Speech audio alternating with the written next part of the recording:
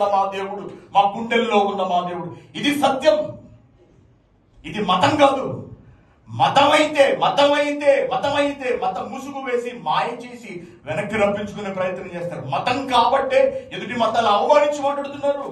ఇన్ని 2.5 గంటల సేపు మాట్లాడుతున్నారు. ఎవరి దేవుడినైనా నేను అవమానించానా? ఒక్క మాట చెప్పండి. హైందవ దేవుళ్ళు ఎవరినైనా ఒక్కరిని నేను అవమానించానో చూపించండి. మీరు చెప్పండి.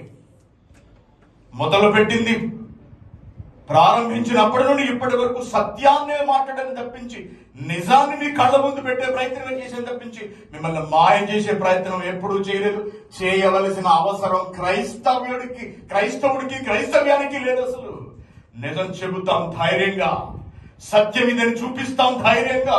అంగీకరించిన వాడు బాగుపడతాడు, అంగీకరించిన వాడు పోతాడు. అది తప్పించి ఎవరినో మాయ చేసి మతం మార్చేసుకుని లాగేసుకోవాల్సిన అవసరం మాకు లేదు. అది క్రైస్తవ్యం కాదు. అలా చేసేవాడు క్రైస్తవుడు కూడా కాదు. ఎందుకు ఖర్చులు చేస్తున్నాం? ఎందుకు బస్సులు మిమ్మల్ని అందరినీ రప్పించాం? మాకేం అవసరం చెప్పండి. మీ దగ్గర డబ్బులు తీసుకోవడానికి అనుకుంటున్నారా?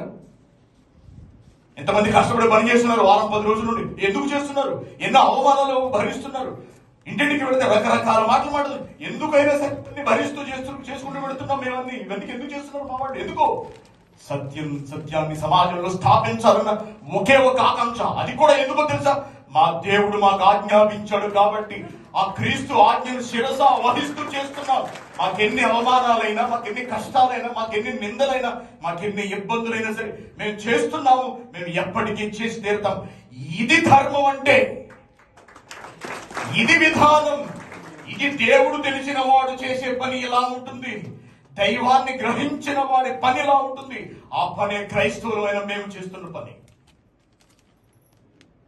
కాబట్టి నోటికొచ్చినట్టు మాట్లాడేసి టీవీలో కూర్చుని ఈ దేవుడు కాదు, ఆ యెహోవా దేవుడు కాదు, ఆ యేసుక్రీస్తు దేవుడు కాదు, నీకు తెలిసిందెంత? నీ జ్ఞానం ఎంత? నీ విద్య ఎంత? నీ వివేకం ఎంత? నీ పరిపక్వత ఎంత? అసలు మీకేం తెలుసని బైబిల్ గ్రంథం గురించి? అట్టివారు దేవుని సత్యమును, ఇటువంటి వారు దేవుని సత్యమును అసత్యమునికి మార్చి సృష్టికర్తకు బదులుగా ఇదిగో ఇటువంటి సృష్టి, ఇటువంటి బొమ్మలను పెట్టుకుని విగ్రహాలను